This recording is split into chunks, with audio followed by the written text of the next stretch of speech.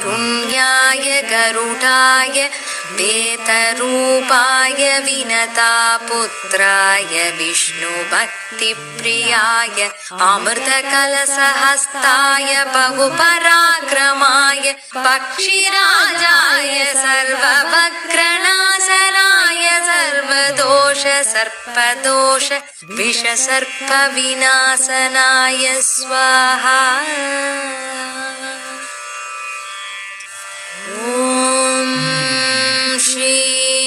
कारुण्याय गरुडाय वेतरूपाय विनतापुत्राय विष्णुभक्तिप्रियाय अमृतकलशहस्ताय बहुपराक्रमाय पक्षिराजाय सर्ववक्त्रनाशनाय सर्व